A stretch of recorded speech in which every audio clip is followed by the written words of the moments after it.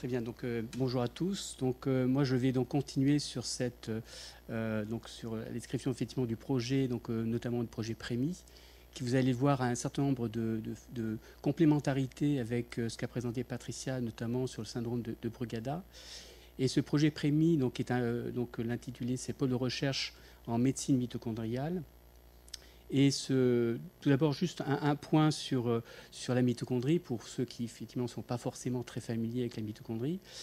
Cette mitochondrie, en quelque sorte, c'est un organite qui est situé au niveau, au niveau cellulaire, avec de multiples fonctions. C'est en quelque sorte la centrale énergétique de nos cellules, vont produire l'énergie, mais également vont être aussi responsables de la production de radicaux libres. En quelque sorte, 90% de ces radicaux libres vont être produits donc, au sein de la mitochondrie. Mais comme vous pouvez le voir effectivement sur cette diapositive, c'est également impliqué dans bon nombre d'autres fonctions, que ce soit des biosynthèses donc, métaboliques, dans la thermogénèse, signalisation intracellulaire, les mécanismes effectivement d'homéostasie du fer et du calcium, donc gérer effectivement le fer et le calcium, l'apoptose mort programmée donc, cellulaire, et puis sur les équilibres redox. Donc comme vous voyez, effectivement, cette mitochondrie est impliquée dans bon nombre de fonctions qui en fait toute la difficulté et la complexité d'analyser, bien sûr, ces maladies mitochondriales. Alors, ces maladies mitochondriales, elles sont des maladies mitochondriales que l'on peut retrouver au niveau héréditaire. Donc ça représente, comme vous pouvez le voir sur cette diapositive, en fait le sommet de l'iceberg, puisqu'on recense à peu près environ plus de 300 entités différentes sur ces maladies mitochondriales, ce qui vous donne déjà une idée de l'hétérogénéité de ces pathologies. C'est à peu près un individu sur 5000 qui sera effectivement atteint, mais je pense qu'on est dans une sous-estimation de ces pathologies.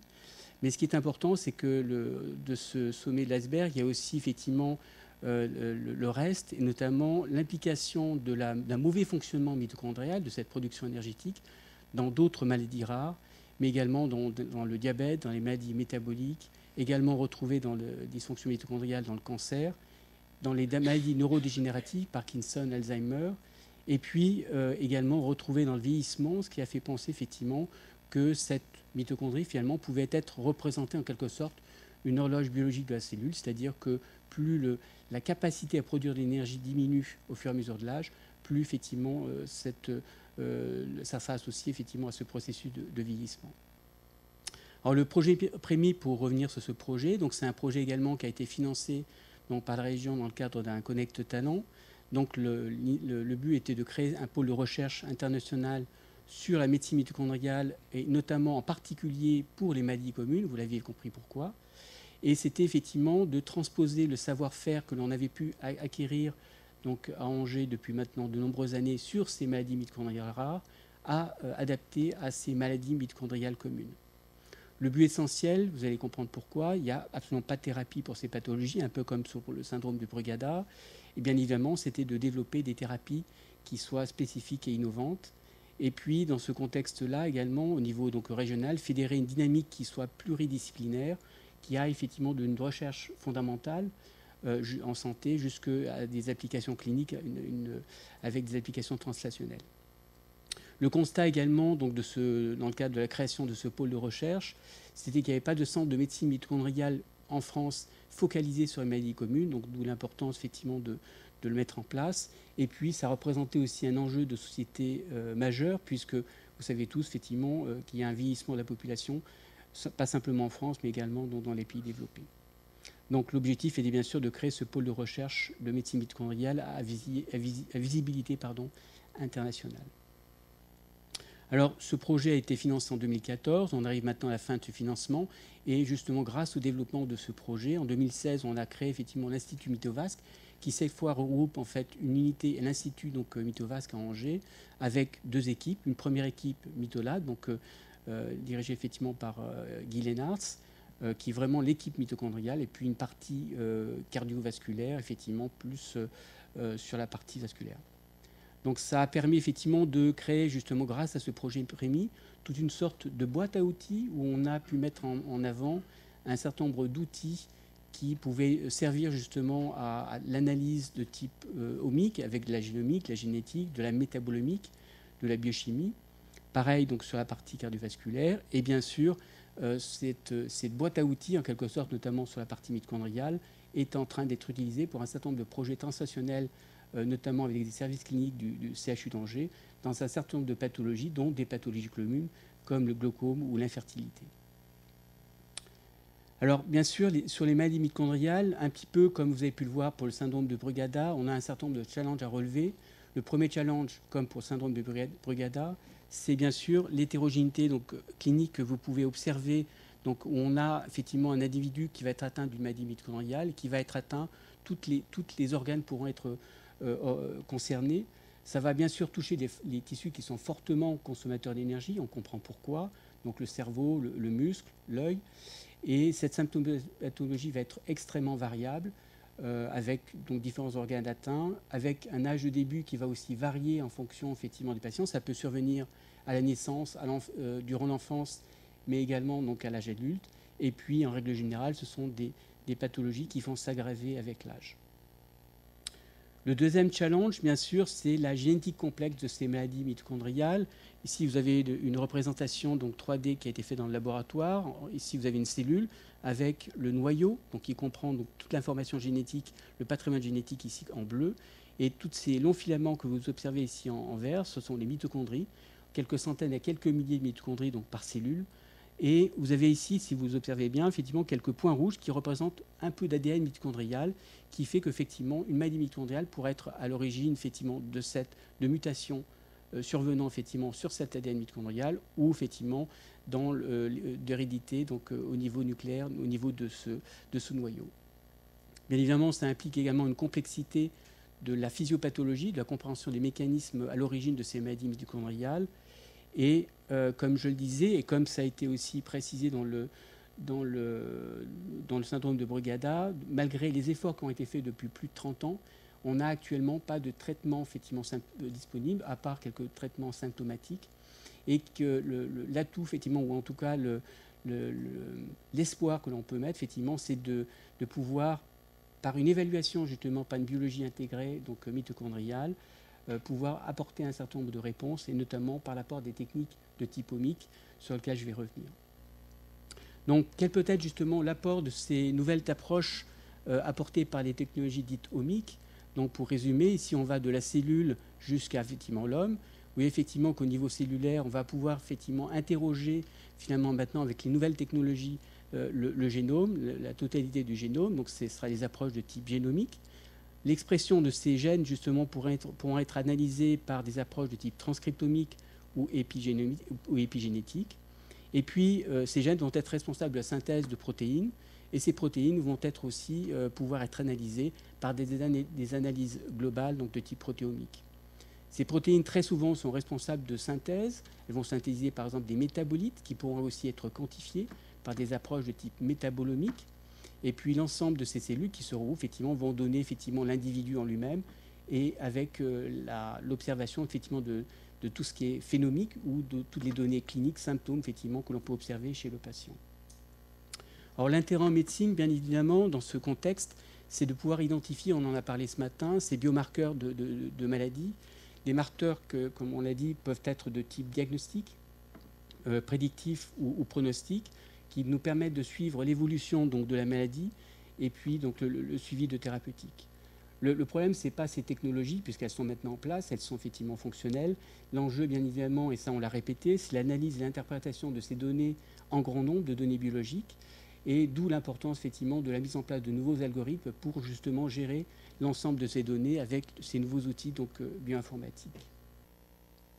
Alors, je vais juste prendre, pour illustrer ça, donc compte tenu du temps qui est assez court, un exemple qui est une pathologie syndrome Mélas, qui est aussi une pathologie un peu similaire donc au syndrome Brugada, une maladie effectivement génétique rare, qui est une maladie mitochondriale vasculaire aussi qu'on peut considérer comme commune, qui va se manifester par des épisodes d'accidents vasculaires cérébraux, donc comme on le voit ici sur cette imagerie cérébrale, où effectivement ces accidents vasculaires qui surviennent avant l'âge de 40 ans, qui s'accompagnent également de troubles épileptiques, des atteintes cardiaques également, des atteintes myopathiques, c'est de myopathie, et qui vont débuter en règle générale donc, à l'adolescence, à jeune enfance ou à l'adolescence. Et ce syndrome Mélas va être responsable justement de mutations présentes sur cet ADN mitochondrial, les points rouges dont je vous présentais donc, juste avant, avec des mutations présentes sur cet ADN mitochondrial.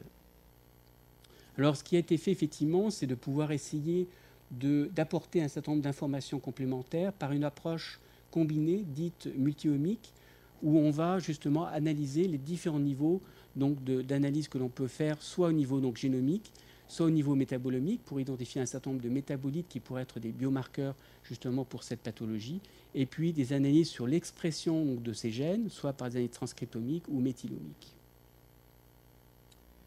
Donc on a fait cet apport, peut-être là justement l'apport de cette approche combinée multi-omics pour le syndrome MELAS en l'occurrence.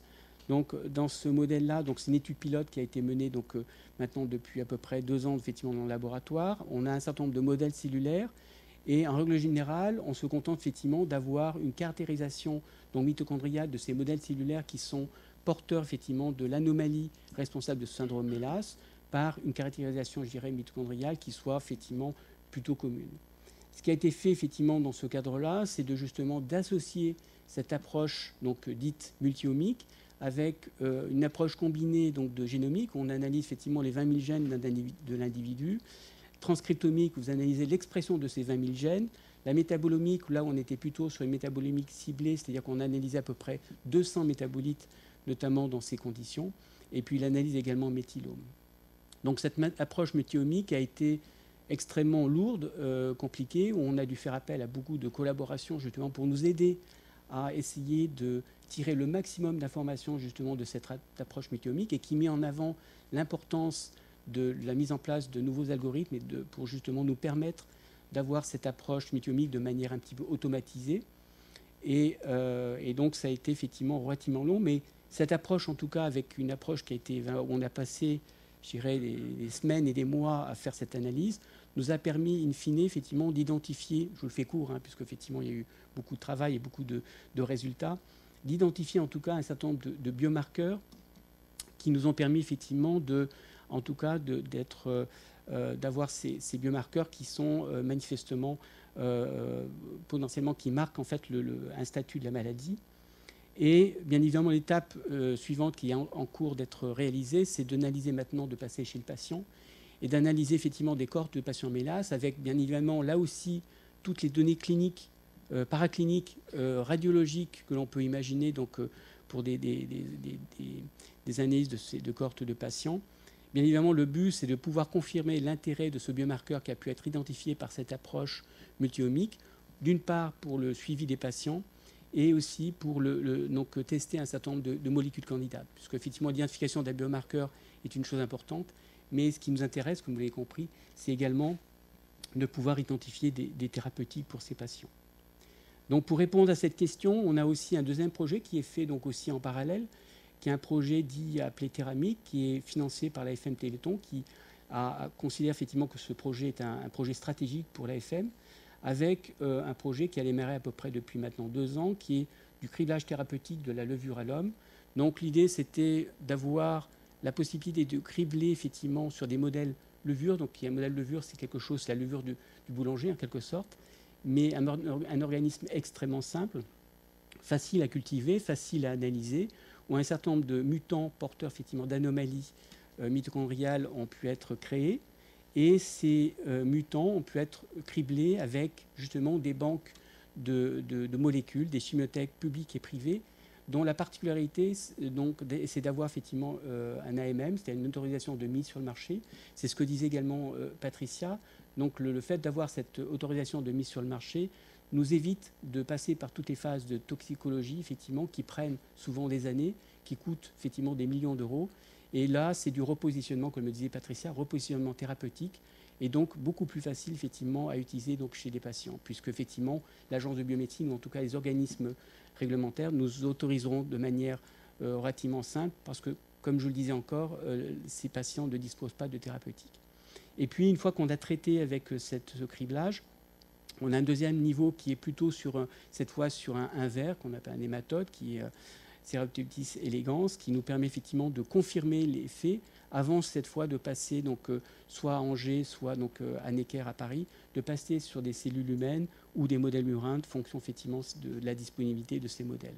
Bien évidemment, l'objectif est d'obtenir des essais cliniques et au bout de 2 ans, je crois qu'on a d'ores et déjà effectivement quelques molécules thérapeutiques extrêmement prometteuses, notamment dans le syndrome MELAS, ce qui fait qu'à l'heure actuelle, on a effectivement à la fois donc, des biomarqueurs potentiels, plus effectivement des drogues qui pourront effectivement être éventuellement testées dans des essais cliniques donc, à venir.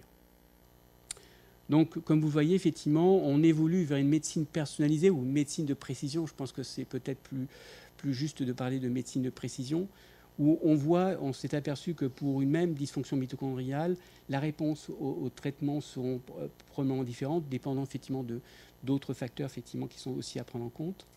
Et qu'il est aussi important sur la médecine effectivement descriptive, donc on parlait par rapport à la médecine prédictive, mais je pense qu'il est aussi, je rejoins un petit peu ce que disait Patricia, dans un premier temps, en tout cas pour les pathologies mitochondriales, de bien caractériser ces mécanismes physiopathologiques, puisque vous avez vu effectivement que la mitochondrie a un nombre de fonctions extrêmement importantes, et que probablement effectivement le fait que depuis 30 ans on n'ait pas été capable de trouver une molécule qui soit potentiellement efficace, vient peut-être du fait qu'on a de multiples voies et qu'une molécule ne peut pas suffire effectivement à traiter toutes ces voies. D'où l'importance justement de ces approches omiques pour nous permettre d'avoir cette médecine un peu descriptive, même si parfois la frontière entre médecine descriptive et médecine prédictive est peut-être aussi extrêmement proche, et d'évoluer effectivement vers cette stratégie de biologie intégrative pour nous permettre d'avoir une stratégie thérapeutique donc personnalisée ou de précision. On voit bien effectivement donc c'est un tournant technologique qui va de toute évidence impacter la pratique et la recherche médicale. C'est déjà effectivement le cas, je pense. J'aime beaucoup cette représentation de la couverture de Times qui montre effectivement, même si les big data, c'est pas que la génétique, mais que la génétique, c'est le futur et maintenant, et qu'on évolue vers cette médecine de précision, une vraie révolution conceptuelle, avec une médecine dite préventive, individuelle par rapport à la médecine de masse que l'on faisait jusqu'à présent, qui va être vraiment centrée sur le potentiel génétique de chacun et les conditions de vie donc, qui ont impacté à la fois les aspects diagnostiques, pronostiques et thérapeutiques. Bien évidemment, ça va entraîner effectivement un changement, et ça c'est tout le but effectivement du projet Data Santé, un changement de nos pratiques médicales avec un certain nombre de questions sur l'impact sur l'individu, l'impact sur la société, et je pense que ça justifie en tout cas amplement la mise en place de ce projet et la coordination que l'on peut avoir effectivement entre ces projets scientifiques et cliniques avec effectivement les aspects effectivement de sciences humaines et sociales. Voilà, juste terminer pour remercier effectivement l'équipe mitochondriale ici, que vous voyez ici, et puis l'ensemble des instances et des associations qui nous soutiennent donc, au quotidien. Merci.